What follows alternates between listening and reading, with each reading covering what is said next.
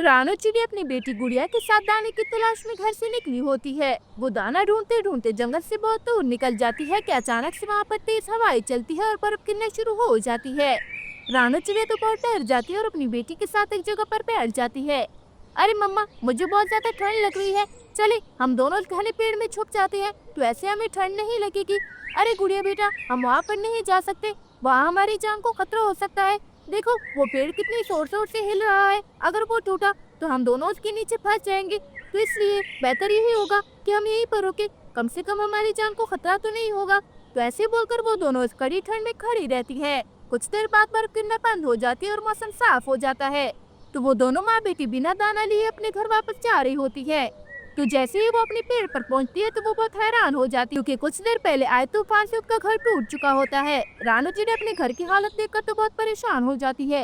अरे मम्मा, अब हम क्या करेंगे, हमारा घर तो टूट गया है। अरे गुड़िया बेटा, आप परेशान मत हो, आज की रात हम कबूतर भैया के घर गुजारेंगे और फिर कल सुबह होते ही हम अपने लिए एक बड़ा और मजबूत घर बनाएंगे। तो ऐसे बोलकर रानू चिड़िया कबूतर के घर आ जाती है और उससे मदद मांगती है। वो उसे अपने घर के टूटने के बारे में बताती है। अरे रानू चिड़िया, उस भयानक तूफान ने तो मेरा घर भी हिला दिया है, बस जैसे तैसे करके गिरा नहीं है, और मैं तब से एक कोने में चुपचाप करके बैठा हूँ। अगर मैंने आप दोनों को घर के अंदर ले लिया तो मेरा भी घर टूट जाएगा और मैं भी आपकी तरह बेघर हो जाऊंगा। अरे कोई बात नहीं कबूतर भैया, हम दोनों किसी और से मदद मांग लेंगे। तो ऐसे बोलकर रानू चिड़िया वहाँ से चली जाती है और मिट्ठू तोते के घर आ जाती है। वहाँ वो उससे घर में रहने की बात करती है। मिट्ठू तोता तो रानू चिड़िया की मदद करने के लिए तैयार हो जाता है, पर उसकी पत्नी को रानू चिड़िया की बेटी से एतराज होता है, तो वो उससे मना करते हुए बोलती है। अरे मिट्ठू जी, हमारा घर तो इतना छोटा सा है, भला हम इसमें चिड़िया को कहाँ बिठाएंगे, तो इसलिए चिड़िया बहन आप कहीं और चली जाए।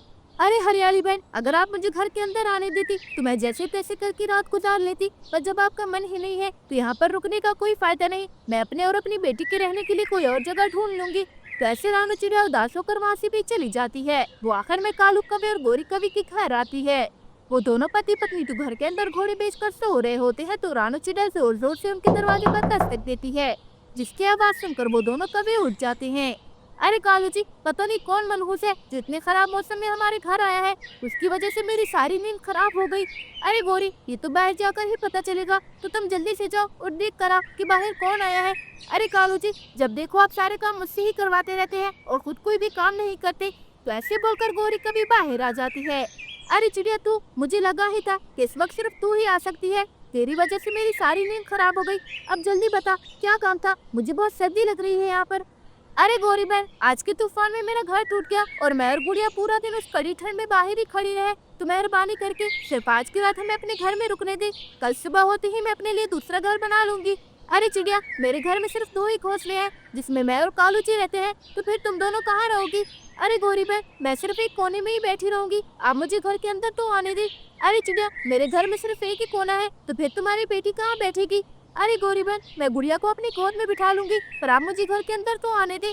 अरे चिड़िया, मैं तो भूल ही गई थी, उस कोने में तो मेरा दाना और बहुत सारा सामान पड़ा है, तो इसलिए मैं तुम्हें घर के अंदर नहीं रख सकती, तो तुम किसी और के घर चली जाओ। तो ऐसे बोलकर गौरी कवि दरवाजा बंद कर लेती है और वापस अपने घोंसले में आ जाती है। तो कालू कौवा उससे पूछता है, अरे गौरी, इस वक्त कौन आया था, मनहूस की वजह से मेरी सारी नींद खराब हो गई, तुमने उसकी अच्छी खबर ली या फिर नहीं। अरे कालू जी, और कौन होगा, वो छोटी चिड़िया आई थी। चिड़िया, वो इस वक्त हमारे घर क्या करने आई थी। अरे कालू जी, वो छोटी चिड़िया को मदद मांगने के अलावा और कुछ आता भी कहाँ है, कह रही थी कि तूफान की वजह से उसका घर टूट गया और हमारे घर में रात गुजारने की बात कर रही थी, पर मैंने उसे साफ साफ मना कर दिया, अब तो वो चली भी गई होगी। अरे गौरी, अच्छा किया जो तुमने उसे घर के अंदर नहीं आने दिया, हमारा घर तो वैसे भी टूटा फूटा है, अगर वो दोनों माँ बेटी घर के अंदर आती तो हमारा भी घर टूट जाता, वो दोनों तो खुद भी घर है और हमें भी बेघर कर देती। तो ऐसे बोलकर वो दोनों पति पत्नी वापस से सो जाती हैं। बाहर खड़ी रानू चिड़िया बहुत परेशान होती है, क्योंकि शाम होने वाली होती है और उसके पास रहने के लिए कोई भी ठिकाना नहीं होता। हे ऊपर वाले, अब अपनी बेटी को लेकर कहाँ जाऊँ, ये सब तो बहुत खुद गर्ज निकले, मैंने जरूरत पड़ने पर सबकी मदद की, पर आज जब मुझे इसकी जरूरत पड़ी तो सब अनजान बन गए। पर कोई बात नहीं, हर वक्त एक जैसा नहीं रहता, बुरा वक्त हर किसी पर आता है। तो ऐसे बोलकर रानू चिड़िया अपनी बेटी गुड़िया को लेकर छुपने के लिए एक महफूज जगह की तलाश में लग जाती है। वो उड़ते उड़ते इंसानों की बस्ती में पहुंच जाती है। वहाँ उसे एक घर नजर आता है जो खाली होता है, तो वो गुड़िया को लेकर उसके अंदर चली जाती है। अरे मम्मा, क्या इंसानों ने ये घर हमारे लिए बनाया है। अरे नहीं गुड़िया बेटा, ये घर बिल्ली मौसी का था जो उसके मालिक ने उसके लिए बनाया था, पर अब वो जिंदा नहीं है, तो इसलिए हम आज की रात यहाँ पर गुजार सकते हैं। चलो अब बहुत रात हो गई है तो आप सो जाओ। तो ऐसे बोलकर रानू चिड़िया अपनी बेटी को सुला देती है, पर वो खुद डर के मारे सो नहीं पाती और सारी रात जगी रहती है। अगली सुबह हो जाती है और रानू चिड़िया गुड़िया को लेकर वापस से अपने जंगल लौट जाती है। अरे गुड़िया बेटा, आप यहीं पर रुके, मैं जाकर बांस लाती हूँ। ठीक है मम्मा, मैं यहीं पर आपका इंतजार करूंगी। तो ऐसे बोलकर रानू चिड़िया चली जाती है और बांस लेकर आ जाती है, पर जंगल में उसे थोड़ी ही बांस मिलती है, तो इसलिए उसका पूरा घर नहीं बन पाता। अरे अब मैं क्या करूं, इनसे तो सिर्फ घर का ढांचा ही बन पाया है। तो ऐसे रानू चिड़िया परेशान होती है, तो अचानक से उसे ख्याल आता है, हाँ, सुंदरवन गांव के जंगल में मुझे बहुत सारे सूखे हुए बांस मिल जाएंगे, तो मैं वहाँ जाती हूँ और सूखे बांस लेकर आती हूँ। तो ऐसे सोचकर रानू चिड़िया सुंदरवन गांव के जंगल चली जाती है और वहाँ से सूखे हुए बांस की लकड़ियाँ लेकर आती है। गुड़िया भी अपनी माँ के साथ जाती है और वहाँ से ताना लेकर आती है।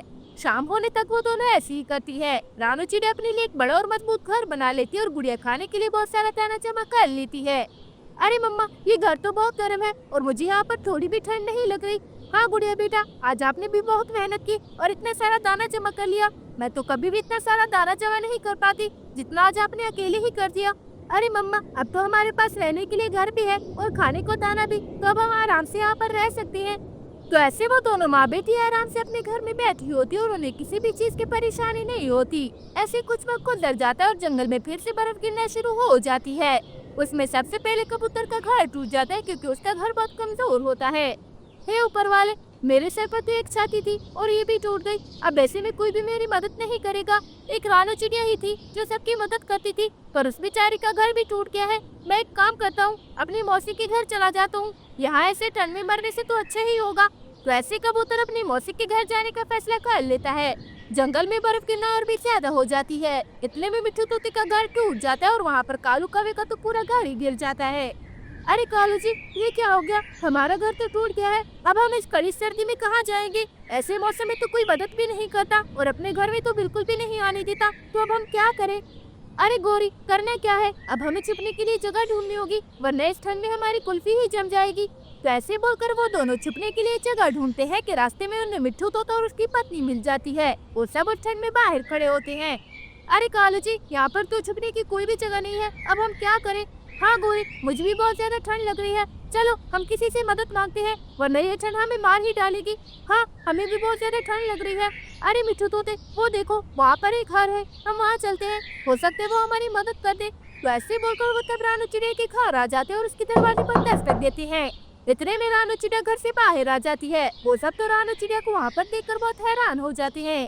अरे रानू चिड़िया, तुमने भला इतना बड़ा घर कब बनाया? अरे गोरी, जब मेरा घर टूट गया था और किसी ने भी मेरी मदद नहीं की, तो मैंने और मेरी बेटी गुड़िया ने मेहनत करके अपने लिए एक बड़ा और मजबूत घर बना लिया। अरे चिड़िया, मेरी पड़ोसन, हमें भी अपने बांस के घर के अंदर आने दे, हम कब से इस बर्फ में बाहर खड़े हैं।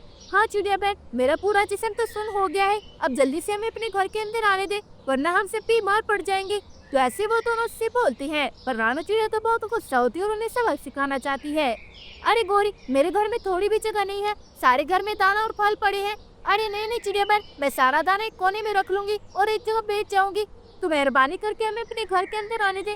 नहीं नहीं, मैं तुम्हारे लिए अपना दाना और फल खराब नहीं कर सकती। और हरियाली, मेरा घर तो बहुत छोटा है, अगर आप अंदर आएंगी तो सारी रात परेशानी रहेगी। तो अच्छा यही होगा कि आप अपने लिए कोई और जगह ढूंढ ले, ताकि आपको कोई भी परेशानी ना हो। तो ऐसे बोलकर रानू चिड़िया घर के अंदर चली जाती है और उनकी मदद नहीं करती, क्योंकि जब रानू चिड़िया को मदद की जरूरत होती है तो वो भी इसकी मदद नहीं करते, तो बदले में रानू चिड़िया भी उनके साथ वैसे ही करती है। तो प्यारे दोस्तों, इससे हमें ये सीख मिलती है कि वो कहते हैं ना कि कर भला तो हो भला। अगर हम दूसरों के साथ अच्छा करेंगे तो वो बदले में हमारे साथ भी अच्छा ही करेंगे। अगर आपको मेरी ये वीडियो पसंद आई हो तो प्लीज़ लाइक, शेयर और सब्सक्राइब करके बेल आइकन के बटन को दबाना मत भूलिएगा। और हाँ, कमेंट भी ज़रूर कीजिएगा। धन्यवाद।